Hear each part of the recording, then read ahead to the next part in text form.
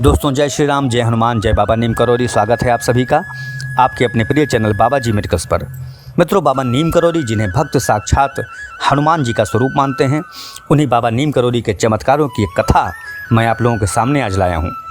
मित्रों, बाबा नीम करौरी जिनकी एक भक्त हैं, वे कहती हैं कि उनकी छोटी बहन के पति श्री दिवाकर पंत जी उत्तर प्रदेश के परिवहन में इंचार्ज थे। एक बार अपने घर अल्मोड़ा में वे बहुत बीमार पड़ गए। एक दिन अर्धरात्रि में उनकी दशा अति शोचनीय हो गई। सब लोग उन्हें घेरे हुए थे और उस समय किसी डॉक्टर को बुला पाना पहाड़ों में वह बहुत ही मुश्किल था और उनकी जो हालत थी वह धीरे धीरे खराब होती जा रही थी। उनकी बहन बहुत अधीर हो चुकी थी और उनका मस्तिष्क कुछ काम नहीं कर रहा था। इतने में भीतर से बंद उस मकान में उसने अनुभव किया कि बाबा अपने एक हाथ से उसके कंधे को झकोरते हुए दूसरे हाथ की अंगुली से एक दवा की ओर इंगित करते हुए कह रहे हैं, उस दवा को पिला दे, ठीक हो जाएगा। उस मानसिक स्थिति में उसे बाबा के अकस्मात आगमन पर न तो आश्चर्य हुआ, न ही उन्हें नमन करने का बोध ही रहा। बाबा की उपस्थिति की अनुभूति केवल बहन को हुई। घर में अन्य लोगों को कुछ दिखाई नहीं दिया।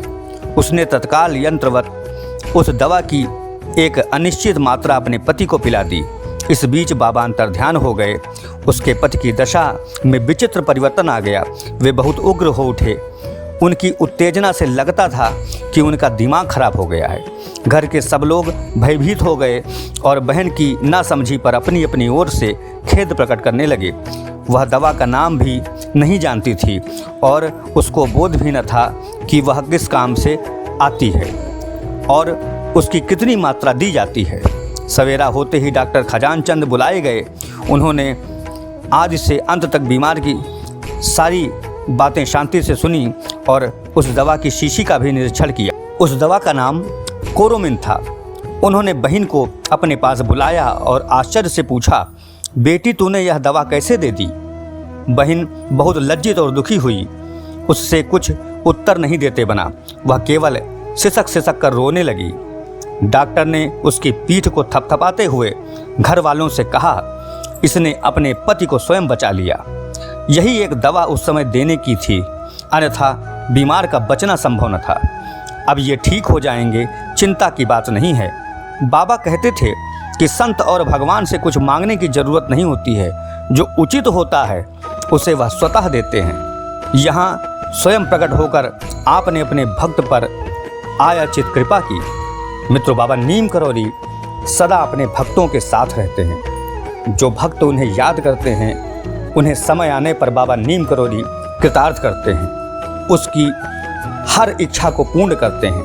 मित्रों, बाबा नीम करौरी अपने भक्तों के लिए हनुमान जी का एक छाया रूप है। मित्रों, भक्त उन्हें साक्षात हनुमान जी का स्वरूप मानते हैं। बाबा नीम करौरी सदा अपने भक्तों पर दया करते हैं। मित्रों, बाबा नीम करौरी से जुड़ी ऐसी ही चमत्कारिक कथाएं मैं आप लोगों के सामने लाता रहूँगा और हमारे चैनल को सब्सक्राइब करना और बेल आइकन दबाना ना भूलें।